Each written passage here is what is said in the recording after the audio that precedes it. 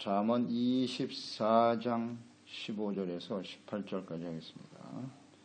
24장 15절 18절까지 읽겠습니다. 악한 자여 의인의 집을 엿보지 말며 그가 쉬는 초소를 헐지 말지니라. 대저 의인은 7번 넘어질지라도 다시 일어나려니와 악인은 재앙으로 말미암아 엎드러지느니라.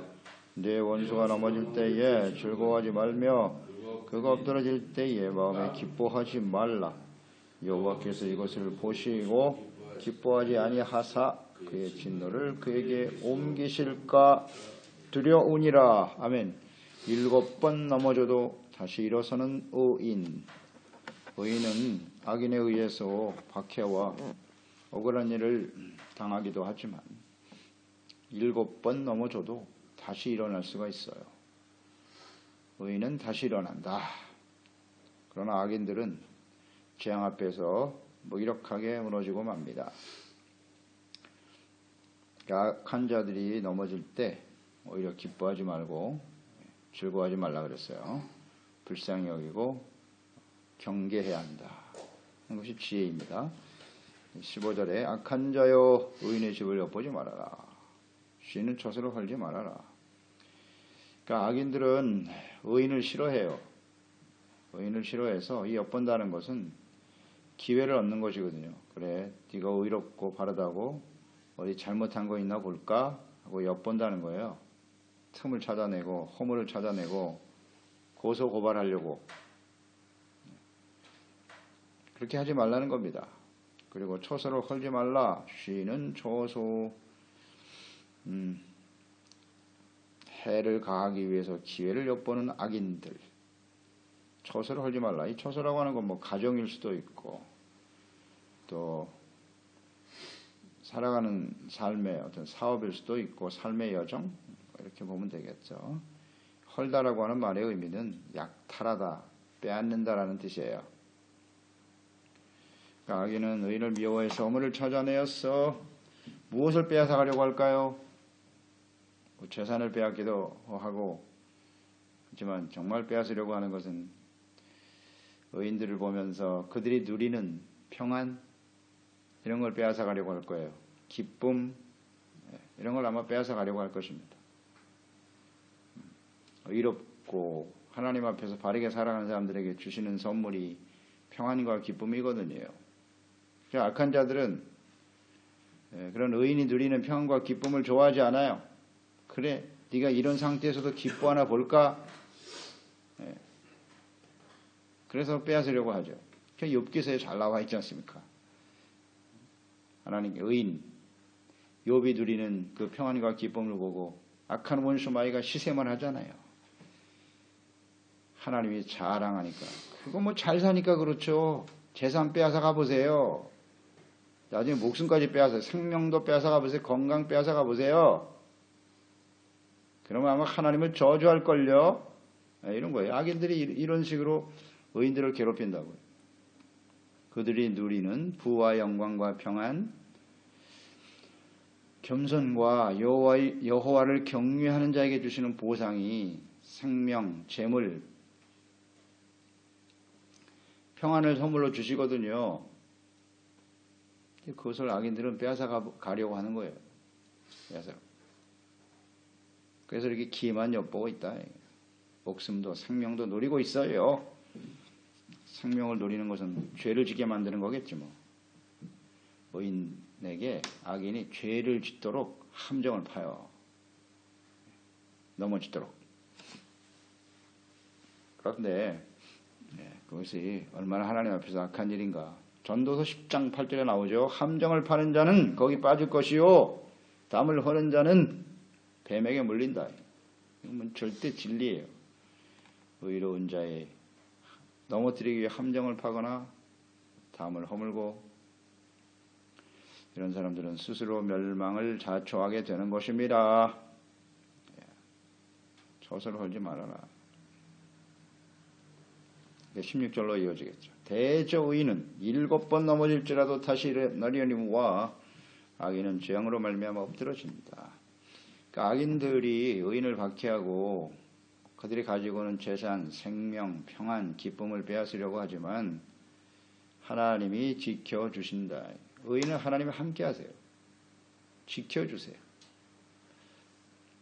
환난과 박해를 당해도 결코 넘어지지 않아요.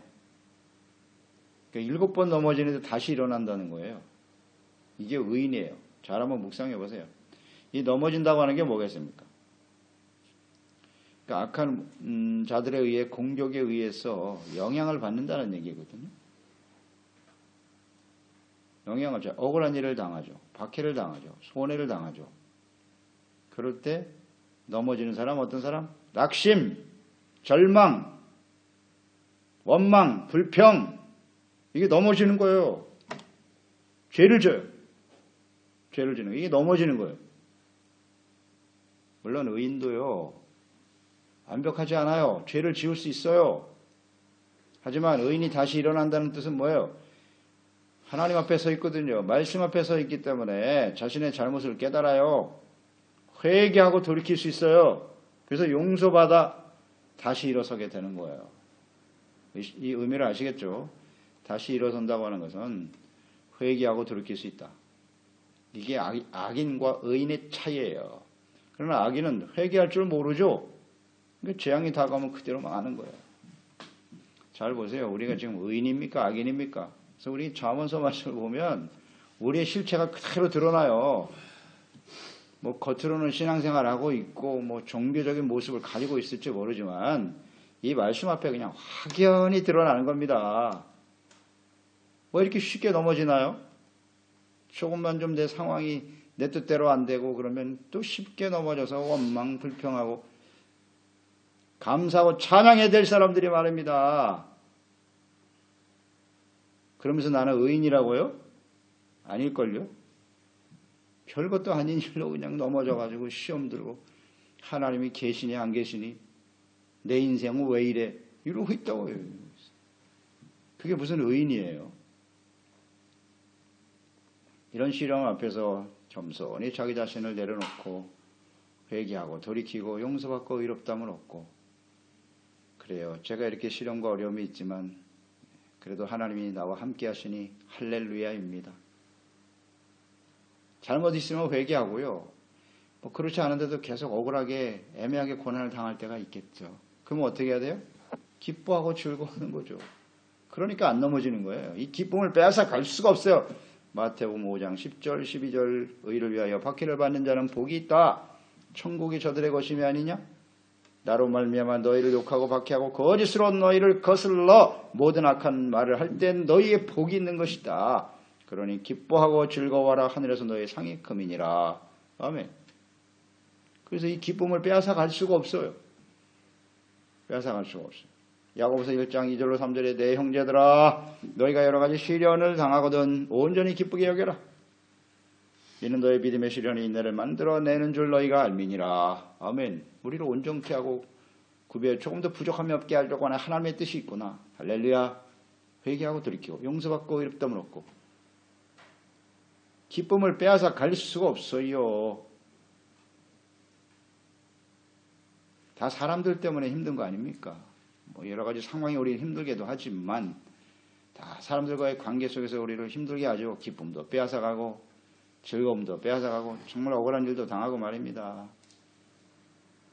그럴 때 정말 우리는 다시 일어나나요? 7번 넘어져도 다시 일어납니까? 기뻐하고 즐거워하고 있나요? 이 문제예요. 의인이냐 악인이냐. 어차피 세상은 악인으로 가득해요. 어떨 땐 내가 악인이 될 수도 있어. 상대방이 이제 그렇잖아요. 내가 악인이 될 수도 있다고. 그러니까 그런 관계 속에서 여러 가지 시련과 아픔을 당하게 되는데 상처를 당하기도 하고 그러나 언제나 의연하게 하나님 앞에 돌이켜서 감사와 찬양과 기쁨, 평안이 흘러넘치는 것. 그런 걸 사람들이 볼 때 야, 저 사람이 진짜 하나님의 사람이구나. 인정하게 되는 거예요. 인정하게 되는 거예요. 별것도 아닌 일로 그냥 넘어져가지고 기쁨과 감사는 온데간데 없고 말이죠. 그건 의인이라 할 수 없어요. 그래서 그런 상황이 벌어지거든 아 내가 지금 의로운 상태가 아니구나 자꾸 핑계대지 말고요. 상황이 어떻고 자꾸 설명하려고 하지 말고 내가 하나님 앞에서 지금 온전하지 못하군. 간단하잖아요. 그렇게 정리하면 끝나는 거죠. 세상이 나를 향해서 다 변해야 돼. 사람들이 다 내 뜻대로 변해. 이런 어리석고 교만한 말은 빨리 버리고요. 사람이 내 뜻대로 바뀌는 사람이 어디 있어요, 이 세상에. 그런 사람은 없어요. 내가 변해야지. 하나님 앞에서 내가 억울한 일을 당해도 할렐루야 이렇게 감사하고 찬양하는 게 승리하는 거 아닙니까? 이런 게 의인이죠. 자, 의인들을 대적하는 악인들은 반드시 재앙으로 인하여 엎드러집니다. 그러니까 시련과 어려움에 당할 때 엎드러지는 사람은 악인이에요. 잘 보면 알아요. 보세요. 의인을 대적하는 악인들. 성경에 뭐 가득하죠. 이런 내용으로 가득한데 뭐 대표적인 예를 들어보라면 뭐 다니엘 뭐 대표적인 의인이죠.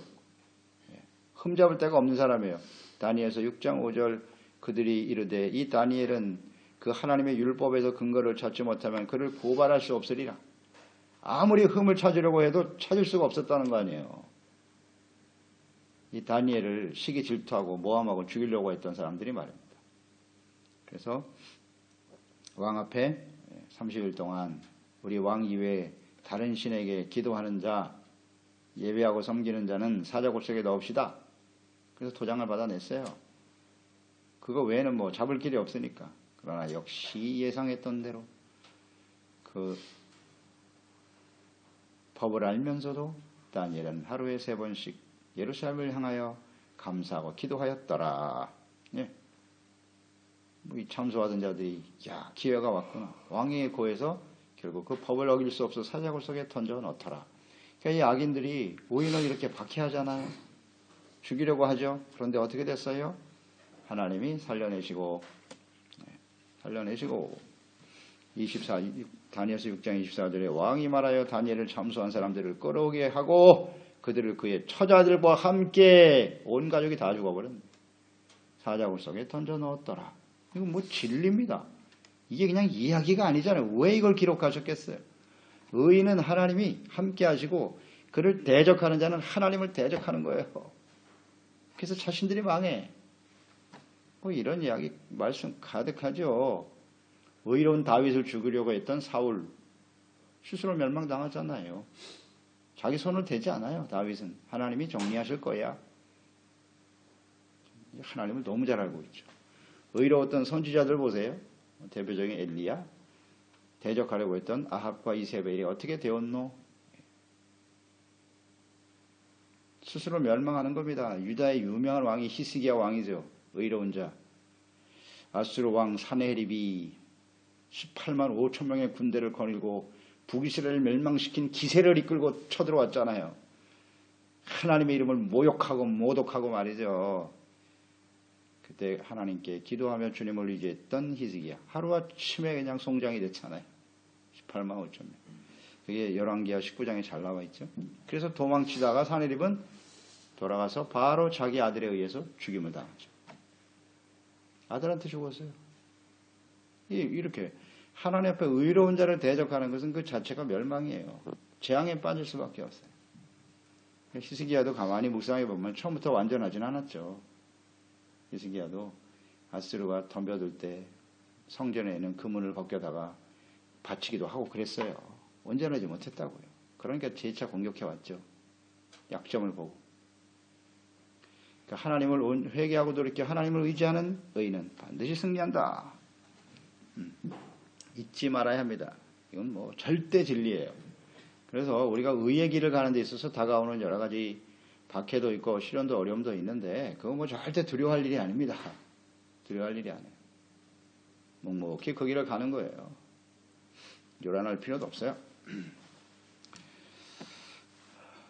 17절로 이어지죠. 네 원수가 넘어질 때 즐거워하지 말며 그가 엎드러질 때 마음에 기뻐하지 말아라.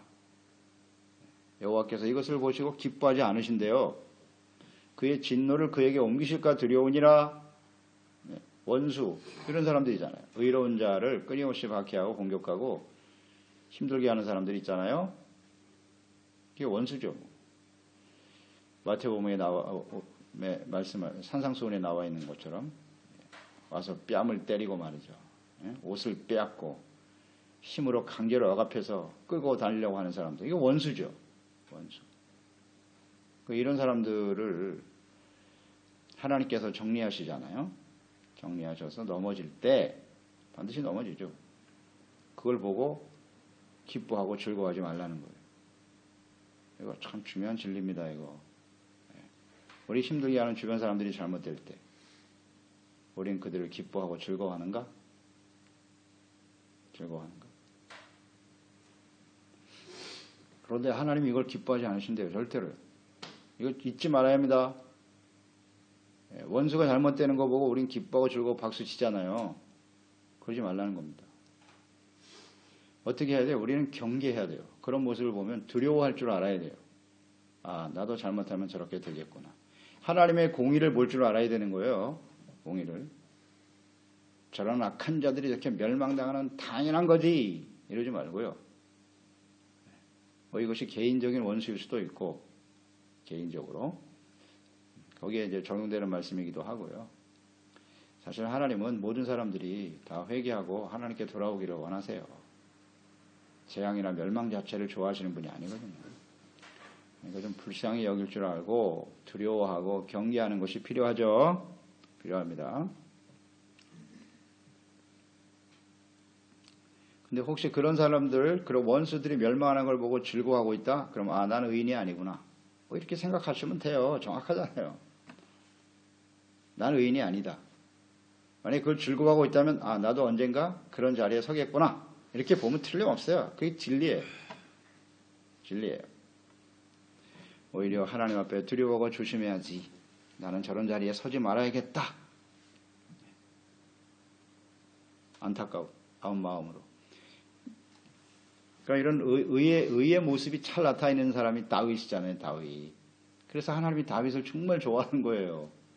그 원수 사울 보세요. 얼마나 오랜 시간 고통당했습니까? 그 사울이 죽었을 때 어떻게 했어요? 기뻐하고 춤췄습니까? 애곡했어요. 슬퍼하고 눈물 흘렸다고. 물론 가족이기도 하지만 슬퍼하며 눈물 흘렸다고요. 불쌍히 여기고. 이게 의인의 모습이에요. 그러니까 하나님이 그를 기뻐하시는 거예요. 기뻐하시는 거예요. 요압에 의해서 그 아브넬 장군이 죽었을 때도 말이에요. 그 사울을 따르는 다윗을 대적했던 악한 장군 아니야, 북이스라엘에. 그가 요압에 의해서 죽임을 당했잖아요. 그 화해를 하려고 찾아온 사람을 요압이 죽여버렸잖아요. 개인적인 감정으로. 그때 슬퍼했어요. 슬퍼하고 애곡하고 진심으로. 그러니까 북이스라엘 사람들의 마음을 연 거 아닙니까? 야, 저 다윗이 진심으로 눈물을 흘리는구나. 이런 거예요. 이런 사람이 의인이에요. 의인. 그러니까 나라가 하나가 되지 않습니까? 하나가 되어서 이제 헤브론에서 나와 이스라엘 전체 왕이 될 수 있었다. 이런 걸 보는 거예요. 이게 진짜 의인입니다.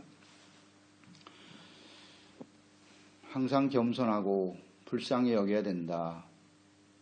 불쌍히 여겨야 된다. 제가 이 말씀 보면서 이걸 묵상하게 됐어요. 이스라엘 백성들이 애굽에서 나올 때 10가지 재앙이 막 쏟아지면서 애굽이 거의 다 망했지 않습니까? 망하고 마지막까지 마음을 강팍하게 하셔서 홍해의 물가가 쫓아오잖아요. 홍해가 갈라진 그 물 속에 뛰어들지 않습니까?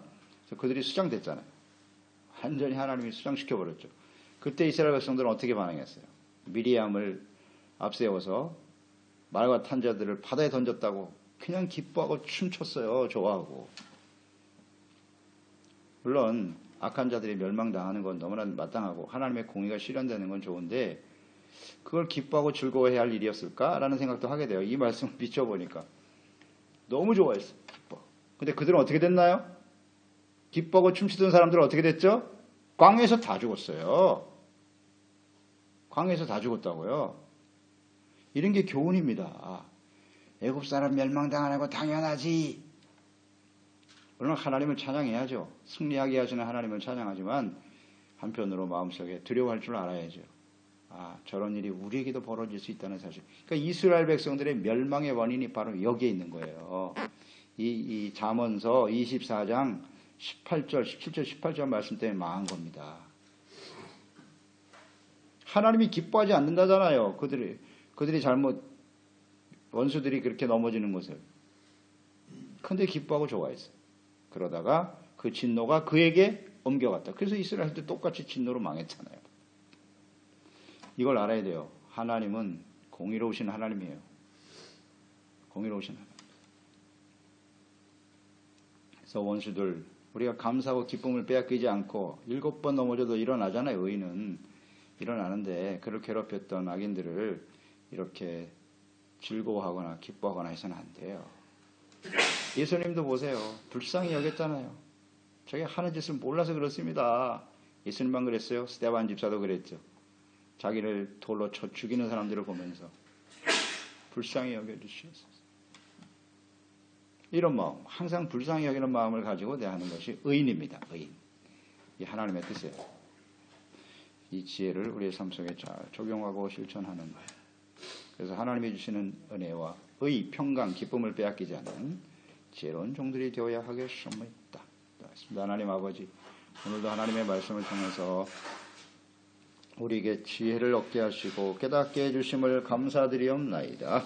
우리가 의의 길을 간다라고 했을 때 경건하게 살고자 하는 자는 반드시 박해와 핍박을 겸하여 받을 수밖에 없어요. 이 세상은 의인을 싫어해요. 하나님의 말씀대로 살아가는 걸 좋아하지 않습니다. 그래서 여러 가지 방법으로 기회와 틈을 모아서 우리를 죄짓게 만들기도 하고 우리 마음속에 있는 기쁨과 평안 이걸 다 빼앗아 가려고 온갖 우리에게 고통과 어려움을 당하게 하죠. 그러나 하나님 앞에 진리의 말씀을 따르는 의의 사람은 절대 넘어지지 않아요. 그런 거 우리는 어떤 상황이 만나도 낙심하거나 절망하거나 원망하거나 불평함으로써 하나님이 주신 평안과 기쁨을 빼앗기는 어리석은 자가 되지 않게 하세요. 그걸 빼앗겼다면 우리는 그 순간 의인이 아닙니다. 그래서 하나님께 대한 절대적인 신뢰와 믿음을 가지고 승리하며 나갈 수 있도록 하나님이 그런 대적하는 자들을 멸하세요. 정리해 주십니다. 그럴 때 우리는 그들을 보면서 불쌍히 여기고 우리 자신을 살펴 두려워할 줄 아는 겸손한 종들이 되게 하소서. 예수님의 이름으로 기도드리옵나이다. 아멘. 잠언 24장